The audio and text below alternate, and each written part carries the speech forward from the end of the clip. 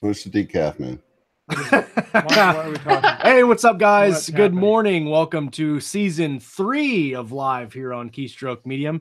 This is a super special episode because Scott is here in the command center today. And so hopefully the episode goes off without a hitch. I am Josh Blue Falcon Hayes. This is Scott Silver Penguin Moon. And down here below is Chuck Captain Fantastic Manley. And we are here to start out season 1 with Emma Savant. She is the author of the Glimmer novel series. We first got introduced to Emma when we were at the 20 Books to Vegas conference last year, not this year, last year. She has some really cool things to say about some YA fantasy. She's been writing since 2016, and today she joins us to talk about her writing journey. Emma, welcome to the show. Thank you. I'm so excited to be here. Well, we're happy to have you, and I couldn't think of a better way to start off season 3, so thanks for taking some time out of your day to hang out with us and enjoy the shenanigans. Everybody that's in a live show, hello, welcome. There's already all kinds of comments on ridiculous stuff going on. This is the greatest episode ever because literally all I have to do is hold this coffee cup and not spill it. That's my entire for this show. And also we have cookies. We do have cookies. My daughter which they are not going to share. So I'm not sure how to share them digitally. I can make a GIF. Here's some cookies. Yeah, there you go. Oh, they're beautiful. Everybody have a cookie. There you go. Yes. And we'll make a boost post on our Facebook deal and share it with the world. So Emma, tell us a little bit about yourself and how you got started in writing. Yeah, so I write the Glimmers books. They're a series of modern day fairy tale retellings set in Portland, Oregon. They're a lot of fun and I love writing them. And I got started writing. I was one of those annoying children who always wanted to be a writer from the very beginning. And the first story I ever wrote was a really passive-aggressive short story about a girl whose parents let her adopt a stray cat.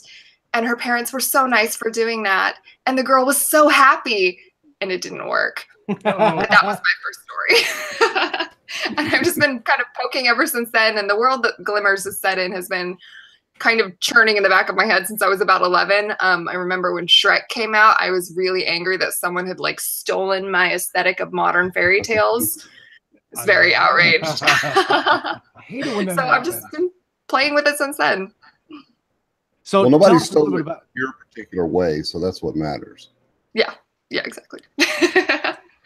So the world of Glimmer, you look on Amazon and you have 3 or 4 out right now in that universe, and they look like they're based on fairy tales, like children's fairy tales that we would already know, Cinderella, The Little Mermaid. So tell us a little bit about the world and why you decided to kind of take this approach into your writing. Yeah, so the world it's all fairy tale based. So my main story, I've got a main series and then some spin-off books set in the same world.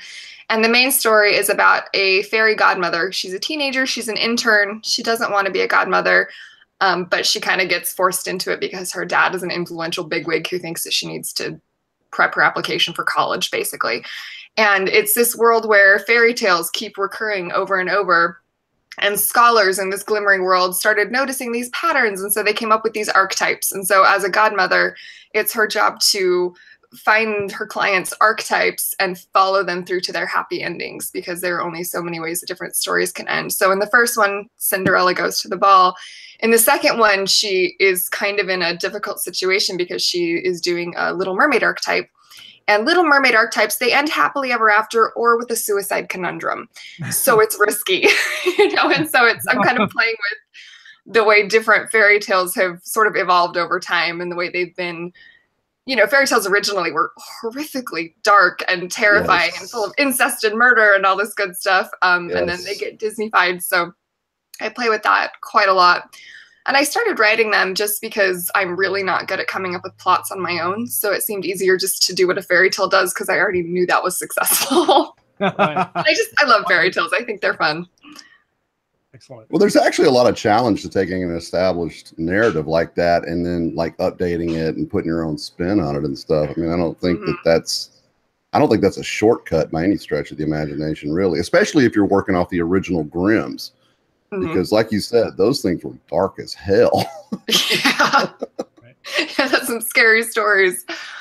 Yeah, it's a lot of fun to take the stories and make them familiar enough that readers don't hate you, but subvert them enough that readers aren't bored. It's a fun line to walk.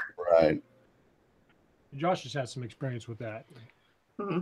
Yeah, we were just talking in the pre-show about taking my story, Peter Pan, and taking it from a children's story and a fairy tale and then turning it into a sci-fi setting. So I'm curious, the world of Glimmer, is that like a modern day, just regular Earth, and then the Cinderella aspects are just the story aspects, or is there magic and different things that go on with the world?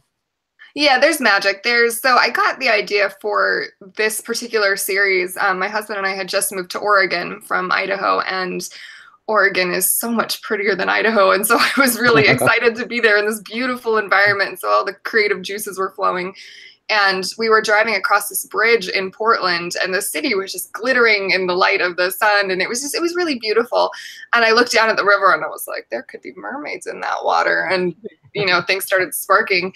And so there's actual magic. There's kind of a hidden world inside our world, kind of nested inside it.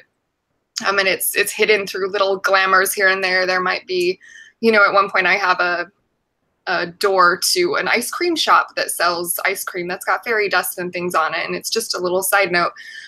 And humdrums, that's what I call ordinary people. That's the mundanes. The humdrums can see the door, but it would just never occur to them to walk through it. And there's other parts where they can't really see the door because it looks like something else. And, and so it was kind of Harry Potter inspired. I think the way that J.K. Rowling kind of hides the wizarding world, it's kind of that same idea. Right. So go ahead, Scott. Nope. I was gonna, so with the series, you start off with Cinderella, and then you go to the Little Mermaid, and then you've got the Holly North, which I don't know. You don't have it listed as a part of that series, because then you have the third novel, which is Beauty and the Beast. Yes. So are the Glimmer novels 1, 2, or 3? Is that one character going through doing different things, and then the other one's a different character? Yeah, that's my character Olivia, the fairy godmother, and she it eventually turns into kind of a chosen one plot. And the stories sort of move farther and farther away from the fairy tales that inspired them. So the first one's Cinderella, and then the second one is Little Mermaid, and the third one is The Beauty and the Beast. And then Holly North and Spinning into Gold are two kind of spin-off stories that are about different characters. Holly North is not actually based on a fairy tale. I just really wanted to take a character who's a humdrum into the North Pole. So I did that with that one. It was just a fun little thing for Christmas last year. I was going to say, it looks like a seasonal story, obviously. Yep. And so are your plans to continue this series and bring in other fantasy fairy tale stories into it? Yeah, I think so. And I'm kind of debating the best way to do that, because my main character, she's moving away from the godmother. She, without spoiling too much, she kind of goes off on a different career trajectory. And so the fairy tales are sort of coming out. So I'm trying to figure out how I want to continue her story. I know that I do. I know that she's not finished. But I think it may take a little while of just sitting with that and letting it, percolate and do that thing that stories do in our heads. Right. To figure out where she's going next. And in the meantime, I've been working on short stories and just spin-off stories in the world. I've got Spinning into Gold is a Rumpelstiltskin retelling about a glimmering pop star and her super scary manager. And then I'm also kind of experimenting with different genres. I've been writing in the Glimmers world for a really long time. And so I'm kind of playing with the space opera. I'm playing with some historical romance just to stretch my writing muscles a little bit. That's good. That's good. It's always, I think if you spend too much time with one set of characters, it can get stale quick. Because if the writer gets bored, you're going to end up with a boring story, and the readers are going to pick up on it. So I think that's smart to bounce around a little bit like that. Mm-hmm. So, and I may have lost the train of thought because I've been drinking this coffee so much while we're standing here. But it's the sugar rush from the cookies, man. Right. Speaking of which, yeah, have a cookie, Josh. So, how much interaction is there between like your humdrums and your more magical characters, and then how do they interact? Are they part of the same storyline, or how do you there's There's a lot of interaction between them. The first story is actually about a glimmering girl. Her mom was a witch, but her dad was a humdrum, and she doesn't know her history. And that's my Cinderella. So part of that is discovering her magical heritage. Right. And in this, there aren't as many glimmers as there are humdrums, and so they just live in the world. They all interact, and there's a point, I think, in the second book that talks about how these glimmers, they have gotten really used to relying on humdrum conveniences. They, would be completely screwed if they had to figure out how to manage their own garbage infrastructure, And so there's a lot of communication there. And I also talk about, when you can tell them. And so, if you're a big politician and you might inherit some relationships with prominent glimmering leaders, you have to be told. If you marry somebody who's a glimmer, you can get told at that point. And that causes a lot of tension in relationships sometimes. So it's fun to kind of tease apart those interactions. Yeah. So is there conflict between the magic and non-magic? Is that something they're trying to avoid, or is it just kind of accepted? It's present. I mean, that's one of the main arcs within the series about my fairy godmother, is this idea of glimmers being unhappy that they can't openly be themselves in public. Right. And particularly glimmers. So I have many, many different magical races. And so you have fairies who just look like humans and they can blend in pretty well. And then I have this race of water sprites, and they don't really look like humans. It takes a lot of effort for them to look like humans. And so they're starting to kind of chafe a little bit. Right. And want to get more into the world. In a lot of these hidden world settings like you're describing, there's always, in the hidden part, there's like the Grand Council that keeps everything secret, or the White Council from the Dresden Files series. Do you have something like that, some kind of political setup where they say, don't tell anybody or else, or how do you handle that? Yeah, it's even called the Council. Well, there you go. There you go. Yeah, it's the Grand Council of Magical Beings of the Pacific Northwest, something like that. It's got a cool highfalutin name. And my character, Olivia, her dad is actually a member of the council, which is part of why she's so frustrated with her life. She's, always been this glimmering poster child, and she has to be perfect, and she doesn't want to be perfect. She wants to go study botany off at a humdrum college. And so there's kind of some tension there from the council who's in charge. So very cool. And there's a fairy queen. She's badass, and I love her. As all fairy queens should be. Fairy queen of Keystroke. Yeah. Oh yeah. I'm curious about your in a manly way. Yeah. I'm curious about your antagonists. Do you have a specific antagonist for each book, and do you have an overarching antagonist that's trying to prevent your main character from doing anything? And then do they also coincide with the themes of the books, the Cinderella and the Mermaid and stuff? Yes. I have both. I'm a really firm believer in the idea, at least in series, of having the big bad and then the bigger, badder bad. And so each book has its own little big bad. And in Cinderella, it's really straightforward. It's just, for most of the book, the Cinderella is the antagonist. She doesn't want to go to the enchanted prom that's been assigned to her. She thinks proms are stupid, and she wants to go to Comic-Con. And she's well, you should. I like her already. Yeah, she's awesome. I love her.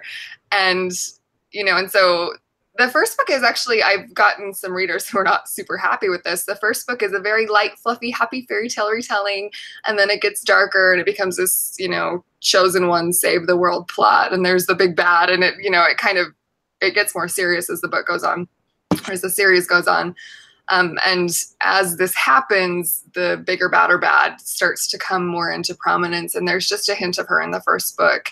And then she becomes, figuring out who she is becomes the main plot of the second book. And by the third book, they're trying to figure out how to deal with her. And she was very fun to write. And I'm currently putting out the audiobooks, and I love the way my narrator voices her. So awesome. It sounds a lot like the Harry Potter arc, because those started out for younger kids, real light, but by the last one, they were pretty heavy. So they were hardcore stuff. Yeah, I think that's a really good kind of progression there. But you say a lot of your readers aren't thrilled with it. They want the lighter, happy, romantic-y kind of thing. Yeah, I feel like a lot of readers feel kind of like they were subject to a bit of a bait and switch, which I didn't mean to do, but it happened. It was an interesting lesson on the importance of clearly conveying your genre and letting people know what they're going to get. Right. Let them know what's coming, kind of I thing. don't want to always meet reader expectations, but I also think stories got to grow. You know, the story has to go where the story goes. Yeah. You got to tell the story you want to tell, for sure. Yeah. The story that wants to be told, because you may have nothing to do with it. So I got two questions, and one I always ask. I'm assuming, do you have more than one point of view character, or is it all one point of view character? For the main Glimmer's book, it's all one point of view character, and then I have a little holiday short story that's from the point of view of her best friend, and then the two standalones, Spinning into Gold and Holly North, they each have their own viewpoint character. But I write totally first person, past tense, straight all the way through. So I think that's challenging. I think a lot of people really like that, and I write in a lot of point of views, and I'm well experienced with how crazy that can get. But the question I always ask is, do you have a favorite secondary character that you like to write about? Obviously, it wouldn't be from their point of view. And then the other question I want to ask, you can pick which one or both, is what's your scariest, darkest, magical creature in your books? Ooh, that's a good question. So my favorite secondary character is Imogen. She's the best friend in the Olivia books.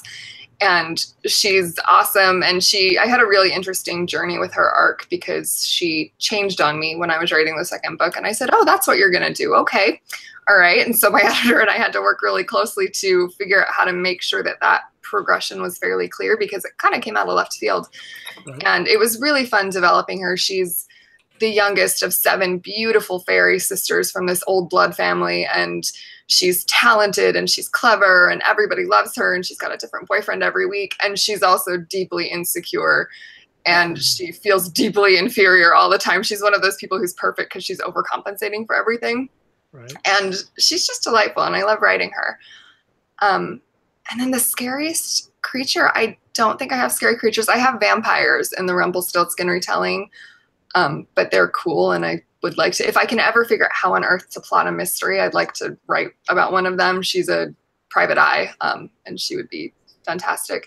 I think the scariest, though, is the character, the antagonist in Spinning into Gold, in Rumpelstiltskin.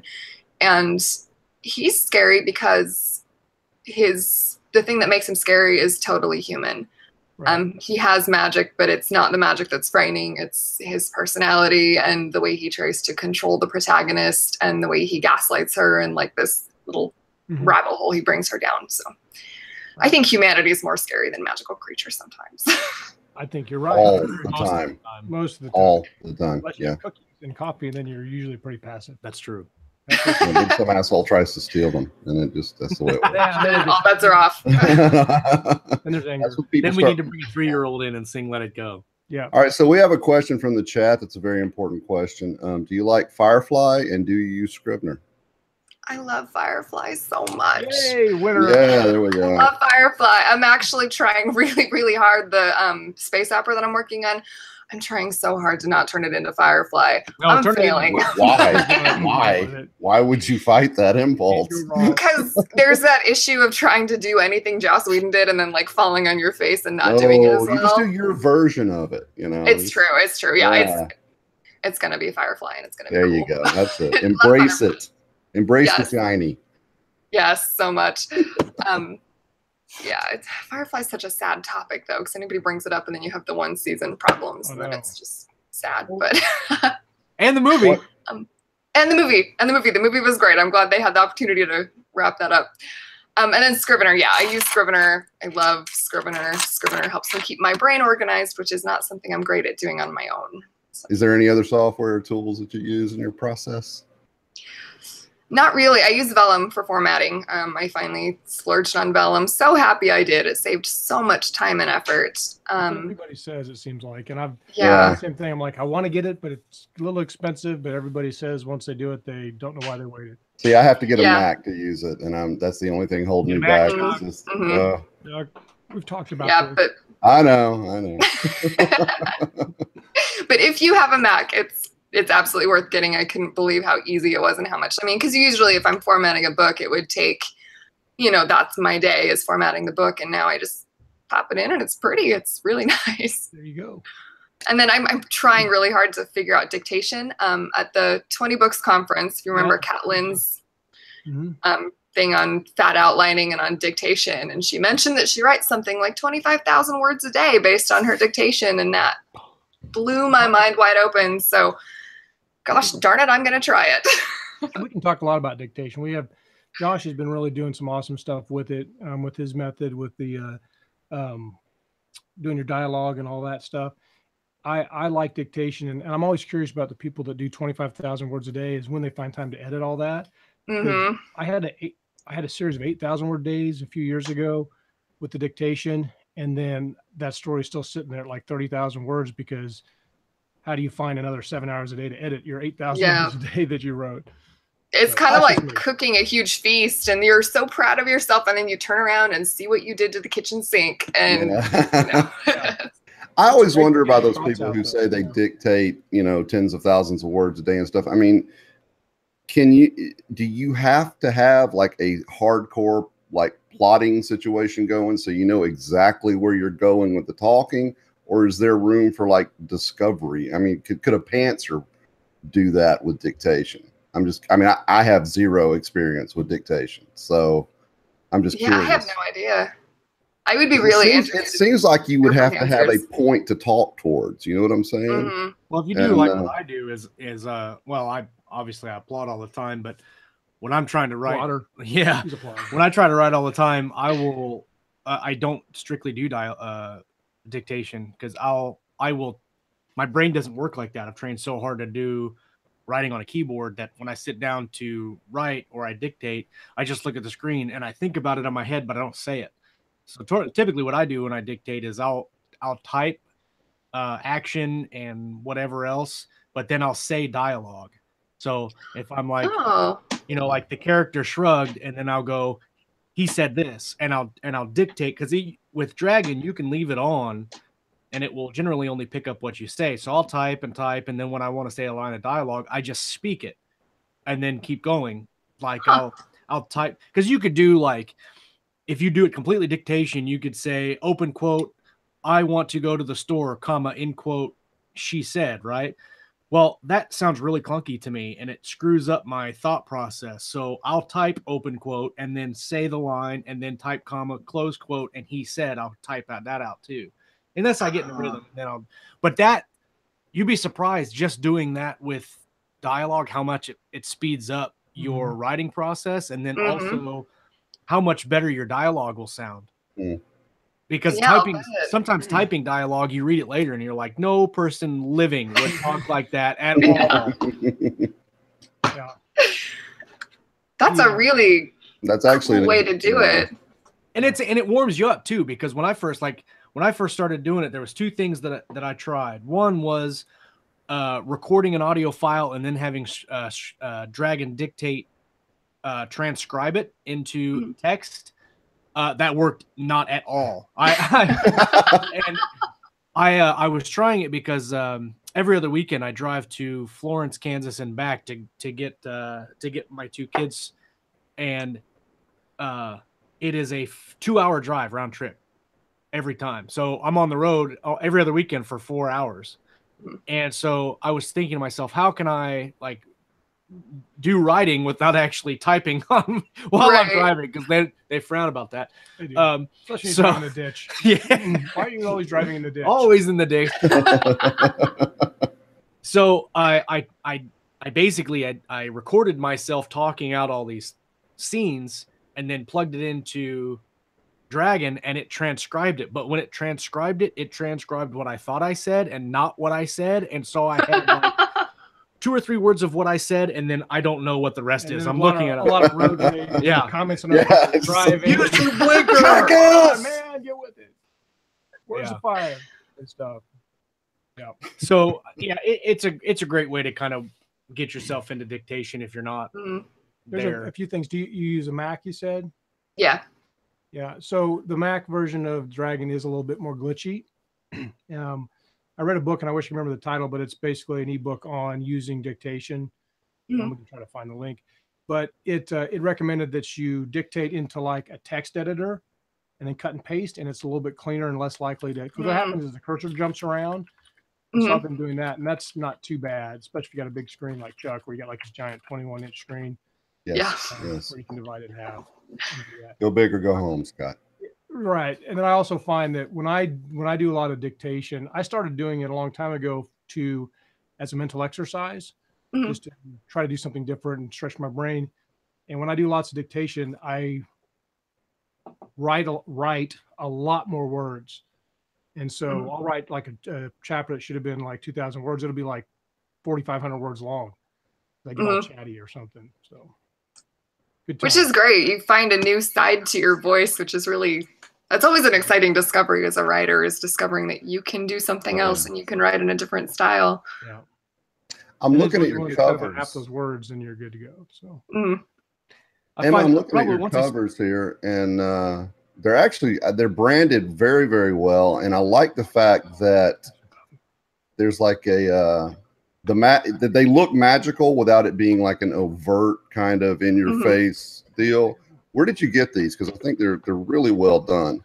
Well, thank you. I made them. Did you? I did. Yeah. Go, girl. Wow. Yeah. It took a lot of. Nicely done. Thank you. It took a lot of iterations. I'm not actually that great at photo editing. And I had some really horrible covers and I posted them in different Facebook groups, especially YA Facebook groups. And the results were, no, don't do that. Don't do that. So a couple people suggested, like, why don't you do this? And they kind of, shepherded me. And then these covers, I kind of put some things together and it worked really well. So I've just stuck with that branding. I've refined them over time. Yeah, no, I think they capture what you've described very, very well. Well done. Thank you. Well done. They do pop on Amazon as the smaller thumbnail version. So you can clearly read all the titles. The characters are awesome. They look like glimmers of Glimmer World. So yeah. Well done. Thanks. I'd like to break really quickly for our show sponsor. This is where he embarrasses me. This is where I embarrass Scott. And it's weird to see a show sponsor. Perfect. No, you stay behind the book cover. You don't move.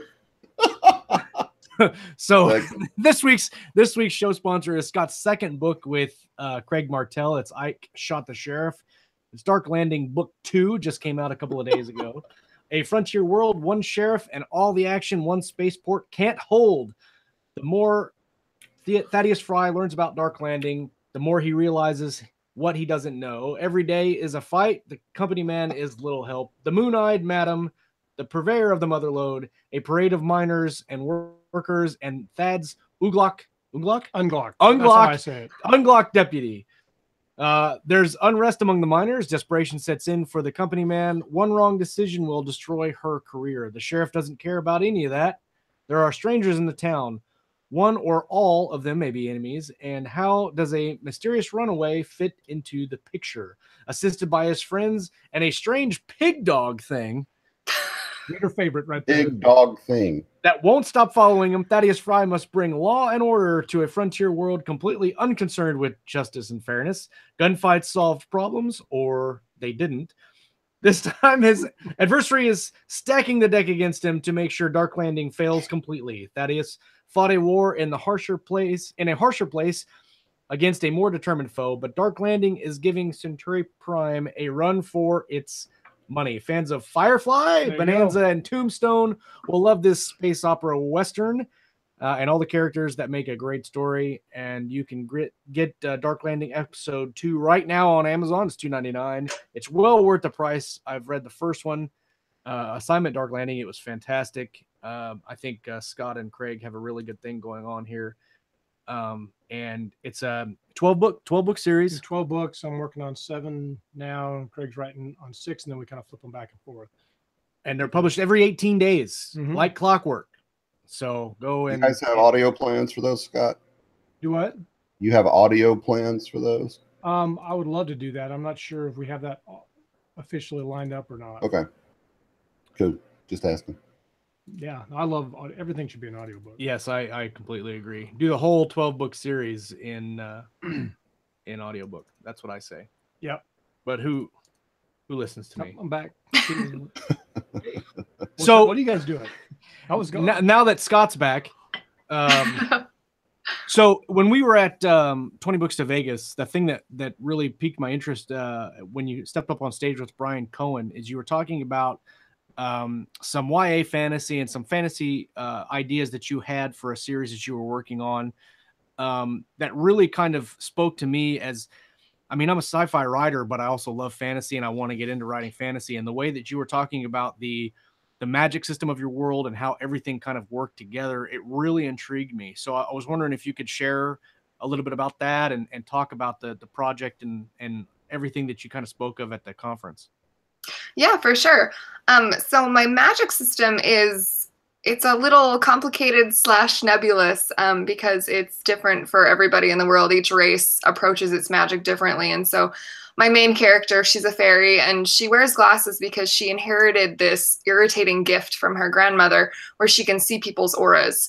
And so she has these special elf-made glasses that shut that down so she can focus on life. But if she goes like this, you know, she can see that the witch over in the corner has this little smoky cat familiar that's crawling. And then there's a wizard over there and he's got constellations spinning around his head. And when she meets the fairy queen, it's just this explosion of gold and these green tendrils. And, you know, and so in fairies, there's this real sense of auras and working with glamours and earth magic and things like that. And then I have my witches, and they're very like earth magic, and it's much more ritualistic and it's much more focused like that. And then I have magicians, and at some point I talk about how the glimmering world has its own sense of internet because they realize that the electrical impulses that create magic play really nicely with the electrical impulses that create the internet and computers and things like that. And so it's all very different depending on the species, and I'm really looking forward to exploring that more as I get into different races within the world. Yeah, so. I really like that the aura thing you're talking about. It seems like a lot of opportunities to show lots of really powerful visuals and do interesting things with characters. Like, say you didn't want to spend like 10 pages on a character, you could give them a little snapshot and then on like a second. That's a great writing convention. I like it. Yeah, it's been really great too for just creating setting. I have several scenes that are set in this cafe called Pumpkin Spice. That my Cinderella ends up running after the first book. It's her family's cafe, and it becomes kind of a glimmering hangout. And so it's really great to be able to have the character walk in, and she notices, you know, an elf girl over there is shooting sparks out of her fingers, and then there's a kid, and he's got his constellation swirling. And so it's really good at setting, this is magical, like making it very clear that this is the magical world now through just little subtle visual cues that then I don't have to go back and keep mentioning. Right, that's excellent. That reader expectations is so important, and so that's you can do so many things with that. Yeah. So this being your first series, did you start out writing this kind of mismatched genre fiction, or what kind of drew you to this genre to start out, and what excited you about doing something like that? You know, I don't even remember. I've been writing it for so long. At some point when I was, 9 or 10 or something, I just had this idea that it would be cool to have fairy tales with computers and things. And so I did short stories, and I wrote so much awful, awful teenage fiction that was kind of in this world. And I did fairy tale retellings trying to play with this. And I've also, I wrote some straight fantasy and straight fairy tale retellings. And I found that I just really, really loved the idea of godmothers who had to clock in their office high-rise and then went out to lunch with their goblin friend and then had to get back to the office before they got in trouble. Something about that was just hilarious to me. And so I just kept playing with it, and it's been a really long time. I don't even really remember where it came from. I just pick one idea and stick with it, I guess. Right. When you started out, did you start out like handwriting them and stuff? You said you're 11, or did you? Oh yeah. On the computer. It was handwriting, and it was also on the computer. I was homeschooled, so I did a lot of my schoolwork on the computer, and I was really good friends with a cousin, and she lived a couple states away, and so most of our friendship was conducted over email. So I became a very good typist very young, which helped a lot when, NaNoWriMo came and I was trying to get my 50,000 words in. How much do you write a day, do you think, or a month or whatever? I've been charting it. I've been doing about 1,000 a day for the last little while. It fluctuates wildly, and now I'm in the outlining stage, so I have no idea what I'm doing right now. Writing craft. Is this time for that? I did. I thought that was a great segue because she said outlining. I was like, yes, because I wanted to talk about that. Yeah. So outlining, do you outline your books completely? Series? Have you outlined your entire series completely? Do you know where you're going with it? What's your process for that? Yeah, so I outline really, really heavily. The first book that I did in this Glimmering series, Glimmers of Glass, I kind of just wrote out an outline, and it worked, and it was, you know, I'd been trying to find an outlining system that worked, and I hadn't really, and so that one, it worked, it was fine. And then about halfway through writing the second book, I stumbled across Libby Hawker's Take Off Your Pants, which I'm sure you've heard of. Not the moment in the interview, but yeah, we've heard of it. Yeah. And so at that point I was like, oh my gosh, there's a system. I don't have to, you know, kill myself every single time I write a book trying to figure this out. And so I started kind of adopting that system. And since then I have this hybridized, I've got this document on my computer that is this hybrid of take off your pants, plus some save the cat, plus some 3-act structure, plus, you know, this, that, and the other. And it's mashed it all into this big outline that works for me, that's flexible enough that I can rearrange the pieces. So my books at this point, they're almost kind of prescriptive. Like I know what to plug in. I know when my, you know, significant moments are going to happen, which frees me up to do the creative stuff. I found that trying to come up with the outline structure was kind of sapping my creative juices because it took so much mental energy. Now I've got that kind of automated and I can just focus on the story, which is fun. So once you have a system set up like that, I mean, that's always a good thing to have that going forward. But what do you consider your other roadblocks to getting from book to book through the series? Like, what are the other over? My biggest hurdle is coming up with ideas. I am not one of those writers that always has a million ideas bursting at the seams and they'll never have enough time to write them all. I wish I was one of those writers. I'm so jealous of them. I'm not one of them. I usually don't have ideas by the time I finish the book, and then I just kind of wander in this no man's land, and it's, you know, awful because I don't know what I'm writing and I'm not writing. And there's this, I don't know who said it, but there's this quote from somebody that said a non-writing writer is a monster courting insanity.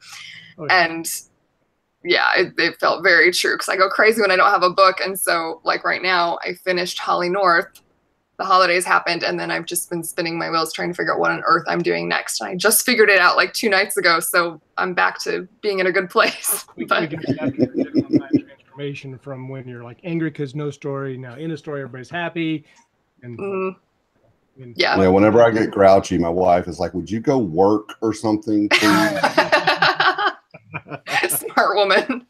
I've been told many times that I'm unpleasant to be around if I'm not doing well on a story. So yeah, so you got to get it out. It just clogs up the pipes otherwise. Yep. You mentioned not knowing what you're going to write after you finish a book. So that kind of brings me back to the series question about outlining. Do you have a certain number of books that you're wanting to get to for the Glimmer series to kind of wrap everything up? Do you know where you're going with it? Yeah, so I like working in trilogies. I find trilogies to be a really satisfying structure to work with. It's not, you know, not too short, not too long. You can play with things within a trilogy. And so the Glimmer series, I have my first trilogy, which is the story of Olivia kind of setting off on the path of who she's supposed to be. And then the next trilogy will be Olivia figuring that out and sort of asserting herself and sort of, I don't know what the phrase is, but sort of taking ownership of that path. And so I'm probably just going to work in little trilogy chunks until I feel like the story's done. And I don't know when that'll be. That's a smart way to do it. A lot of big writers have done that. Raymond Feist did it with his I think it's Midworld series, and then Terry Brooks with the Shannara books. He worked in trilogies through his whole thing for God, what, 30 years now he's been doing that. Yeah, it's a sustainable method. That is a stable method for sure. You outline like because we're gonna do off the air program with some outlining techniques that the two of us use. So do you outline like in Scrivener, or do you have some other thing you left to me, note cards, or what's your favorite method? Yeah, so I've got that document that I mentioned, and it's kind of a fill in the blank thing. And so it says scene 1, and this happens, and this is the challenge that they're going to overcome. This is what I want the readers to feel. This is, you know, all of these things. I've got a little chunk of things, and then I just plug them in and I say, okay, character's going to go here. and I want the character to have this change of heart, and then I want the reader to feel creeped out, and then I want, and it goes like that, and then it just goes scene by scene until the book's done. Cool. It's all just in one document. It's not very fancy. How many words in that document do you typically get to before you start drafting? Oh, that's a good question. I want to say 4,000 to 8,000, depending. That's good. Depending on how much detail. So it's not extremely detailed. I like leaving room for discovery while I'm writing, but I definitely need those. It kind of feels like you're going bowling. I kind of need the bumper lane guard things up so I don't totally veer off. I love that analogy. Yeah, that's pretty good. I always call them plot targets. In your case, pins would be targets. It's always something you're aiming towards as you're writing. So I my method is very similar to that. Bowling for zombies. Bowling for zombies. That's what we're gonna do. Yep. Yeah. Otherwise, it's too easy to write yourself and let the characters do whatever they want. Oh yeah. And then you kind of go off in this direction, and then you've written yourself in a corner here, and you have to get rid of 30,000 words. Like I'm done doing that. Right. That's the most efficient method sometimes. Do you ever run into, and I don't run into it very much anymore, but when I first started outlining, I would plot from beginning to end. It wouldn't be as detailed as I do now. Now I typically do like 6,000 or 7,000 or 8,000 words of an outline for the story. But when you were first starting doing it, and do you see it happening now where you plot a book and you start writing it, and then as you're drafting, you get to, let's just say, section A or B, and you're like, oh, that completely screws up what I want to do here later in the book. How do you handle those challenges, kind of having to go and change the story as it writes itself? Yeah, I face that with every book, I think. Usually it takes on a life of its own, and stuff that I didn't know was going to bubble up starts bubbling up. And so that's part of why my outline stays pretty brief and loose. I don't put an enormous amount of time into the outline because I know it's going to change. And so usually if that happens, I'll get to the point where it veers off into a different story, and then I'll sit down, I'll rework the outline from there, and then I'll rework the outline every time I run into one of those junctures. And sometimes that means kind of writing into the dark for 3 or 4 scenes until I figure out where it's going, and then doing the outlining back from there. But I always have to come back to the outline. I always have to redo the outline before I can really move forward with it, just so I know where I'm going eventually. I like the phrase "writing into the dark" because you kind of feel like you're driving at night sometimes when you're, but sometimes that's a good trip, Yeah. Yeah, and sometimes you're driving at night and there's a blizzard, you can't see anything, and it's awful, but you always get through. Yeah, you always go somewhere. Yeah. Might be really slow. Might be the ditch, but that's a place. It's a stopping point. Every now and then you've got to hang out in the ditch. That's all. That is my writing advice for this year. Driving the ditch. That's why it's important to a big truck like Josh. How long does it take you typically to write a novel from your idea generated to the end? I want to say about 4 months. And I mean, that doesn't include editing time. I think my draft is about 4 months, and then I send it to my editor. She gets it within, turnovers in a couple weeks, and then I finish it. So probably closer to 5 or 6. I publish about 3 books a year on average. What kind of word counts do you have in those? They're pretty standard. They're like 60 to 80,000, which is pretty normal for young adult. That's what I was about to ask. Is that the genre standard of 60 to 80,000 for where you're writing? Yeah. Yeah, and that seems like a good length. I haven't had people upset about that. And then I did a novella. Holly North is just a novella, and I don't remember what that came out as, but it was kind of approaching that, so it's a long one, which readers were really happy about. Yeah. I always want more. the science fiction space opera stories that you're working on, are those also YA, or are you No. Okay. No, I'm trying really hard to write adult books. Everything I write kind of turns into YA eventually, but I think that this one is actually going to be about an adult protagonist having adult problems, so that'll be fun.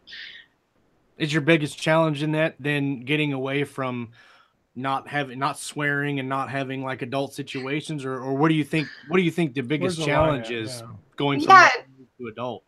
Yeah, it's not so much that, it's more the themes. I really love young adult fiction because I find it to be very fresh, and it's about themes that I find interesting, about figuring out who you are and what your identity is, which isn't something you see so much in adult fiction. I worked at the book drop of a library a few years ago, when I was putting myself through school, and I would check in about 3,000 books a day. And as part of that, you read the backs and you see what they are. And I found that adult books often fell into very, very defined genres.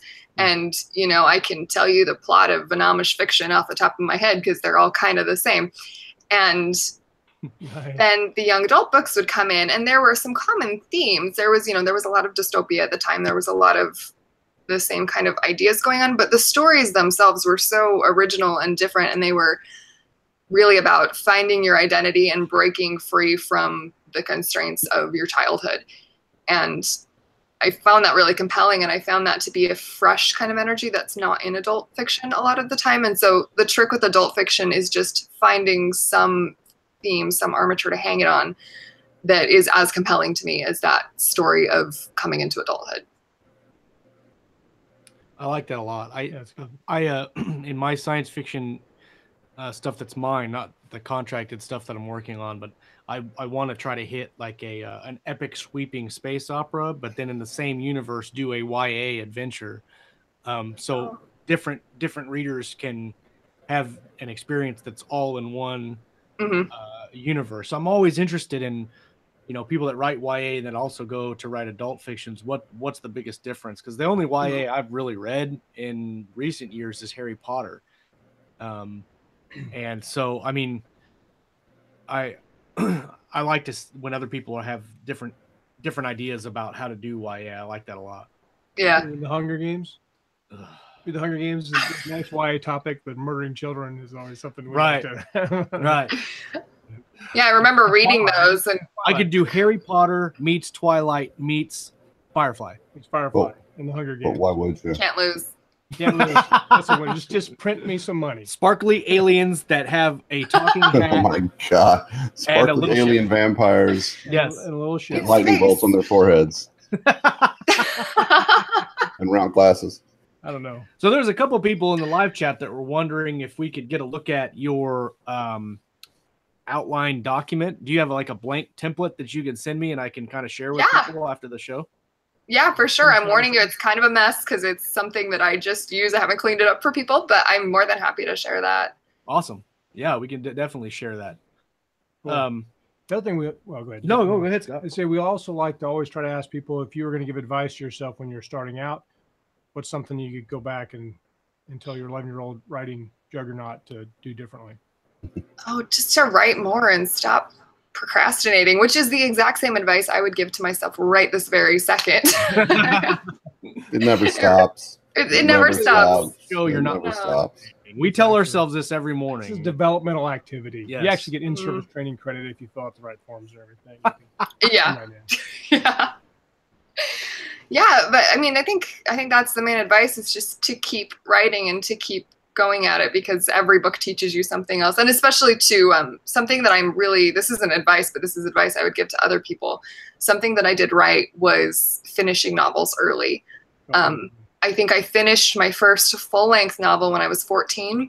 And then I think I wrote 7 or so of them before I first published. And I did NaNoWriMo every year, and I won that because I was a teenager with no responsibilities and no job. Indeed. But yeah, and just finishing stories. There was something, I think, when you're first starting writing, you start things and then they flounder, and then you start things and they flounder. And there's so much that you learn after that 30,000 word hump. Exactly. And so exactly where I have my thing where I'm like, this is no longer fun. I'm going to a new story now. 30,000 words is, I have a friend and like, we just text each other, I had 30,000 words. Like, it's that we do. That's where you hit the marshy middle, though. You know, that second act slog. And that's where so many people, they're trying to, you know, and they kind of like, would it be so much more exciting to go start this other thing with the first act and all that stuff? Yeah, so many people have trouble getting through that. So I definitely can see where you're coming from. I just don't have a second act slog. You skip that. I just that's the way to do it. I find I have some subplot going that keeps the action moving through the second part where explosion. There's still the rest of the story is going too, you know, some kind of conflict to get you through that messy part. Yeah, that second bit in the second book in Trilogies, there's just this slog, this risk of having a slog, and you have to make sure that you're keeping the emotional journey going like that, because otherwise it's too much. It is tough. It takes practice for sure. Yeah. Good stuff. The second book of the speaking of second books in the trilogy, the final Empire of Mistborn series, the second book in that series, the Well of Ascension, that trilogy, each book is like, I don't know, what do you think? Like 250,000, 300,000 words or something. That's Sanderson, right? Yeah. And Brandon Sanderson. So when you get to the Well of Ascension, which is the middle book, like we're talking about, you worry about, is this going to slog?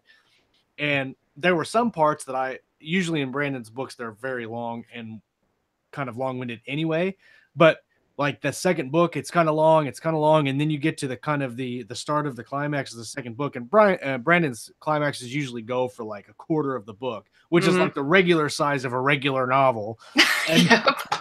And then you get to the end of that that book, and it's been leading up to this thing, and you're like, okay, I know where this is going, and then the end happens, and you're like, it didn't go the way I thought it was going to go. Right. And bam! Third act twist, baby. Gotta love those. I want to point out that when Josh started talking about Brandon Sanderson, somebody subscribed to the YouTube channel. That's right. It's like magic. Boom, right there. Good stuff.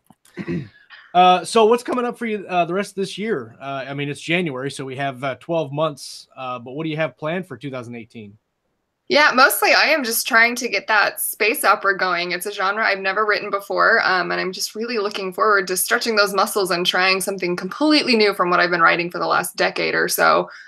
And so I'm just really looking forward to that, and I'm hoping other ideas for the Glimmers books will start to percolate and rise up. And I'm hoping to get 3 books of this sci-fi out, and then I'll kind of see where it goes from there. I don't plan out too far in advance because I know that I don't follow those plans, so there's no point in making them.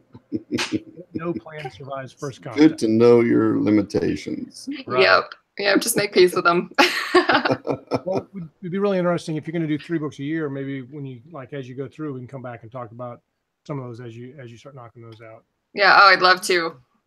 I know I'm going to learn an enormous amount from doing this new project. So. Do you have a lot of the details of your space opera established yet? I mean, do you know about your world and all that? Anything you want to share? It's like a teaser? Yeah. So I was really, really struggling with it. I had this vague idea. I wanted to do space opera because I love that genre. It's a genre I really enjoy. I've just never tried writing in it. And it wasn't coming together, and I couldn't figure out what was happening. And so finally I was just, damn it. And I sat down at like 2 a.m. a couple nights ago, and I decided to write the story as if my character was telling it from like 70 years ago. So she's an old woman and she's telling what happened. It works so well. I just blew my mind. I'm going to do that forever now.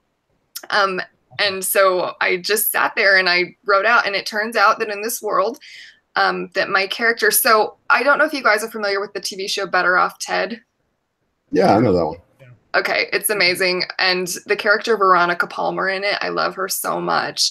And I had this idea for Veronica Palmer in space, and I just think that she'd make a great starship captain.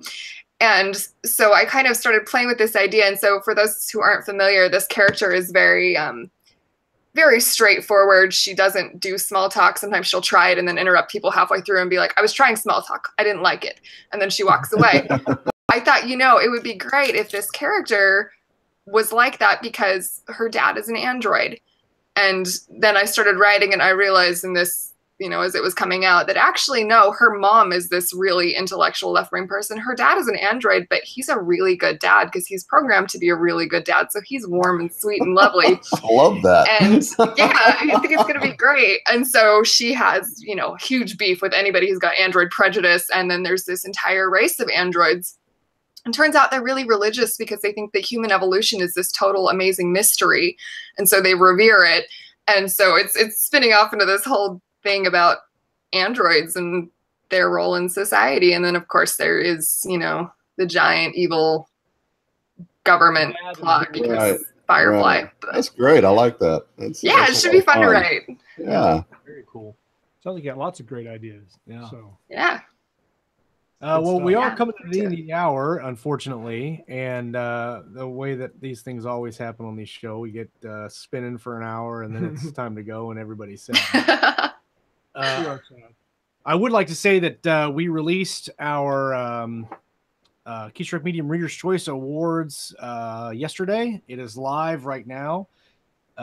So we may do a show on that here coming up just to kind of go over the details of that. But the short and the long of it is we'll be presenting at 20 Books to Vegas 2018 this year for the winners.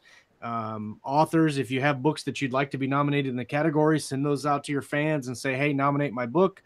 And the nominations are going to be open all the way through July 20th. Then we'll compile the finalists, and then we'll vote and see who wins. We're going to have a physical award. We're going to have a physical award. It'll be huge. Some kind of big, I don't know what, but it'll be something that you'll be able to hold in your hand and show off. And it will be made of chocolate. It'll be made of, chocolate. And it will be fancy. Mounted on the front of your car like a hood ornament. Like a Jaguar deal? Like if you won when Richard Fox won the Dragon Award, I think he should put it on the front of his car. Yes. I think we should also probably mention that all the three of us and Raph are all excluded. Right, you cannot nominate any of the Keystroke Medium staff. Even though we would like to be nominated, it would be really fun. But otherwise, one of us would win. Yeah, I definitely win because I nominate myself like 1,000 times. You'll win in spirit. Yes, that's right. There you go. So, Emma, thank you very much for coming on the show. It's been a whole lot of fun. Yeah, thanks for having me. Everybody else that hung out in the live chat, thanks guys for hanging out with us for our first episode of season 3. There was tons of shenanigans and mayhems going on. If you're listening in the audio version, shame on you for missing the live version because cookies. You did not see the cookies. When we go, they were beautiful cookies. Feeding frenzy. You ever seen Cookie Monster? Because as soon as we're not live, it's going rah, rah, rah, rah, rah, rah. There's crumbs everywhere. Exactly. Yeah. So next week, let's see who we got next. Nope, that's the calendar. That's the calculator. Calendar. So next week we have Jonathan Yanez is going to be on the show next week, and then Christian Calais will be after that. And Christian is actually going to be in our Covers for a Cure 2 event this year. Last year we were able to do almost $5,000 to Parkinson's research. And this year we're going to do diabetes. There's a family here in town that I know that is involved in that, and then my mom also has diabetes. So my son, and Scott's son. So yeah, my son's had it since he's 7. We're gonna do Covers for a Cure 2. The not the charity, but the point of it is going to be go to diabetes research. Right. So. All the more news on that to come. We will be back next week. Thanks everybody for hanging out for this. For Scott Moon and Chuck Manley down here on the screen, I am Josh Hayes. We have been live with Emma Savant. Come back next time. We're going to talk about some reading. We're going to talk about some writing and, of course, everything in between right here on Keystroke Medium. See ya. Bye.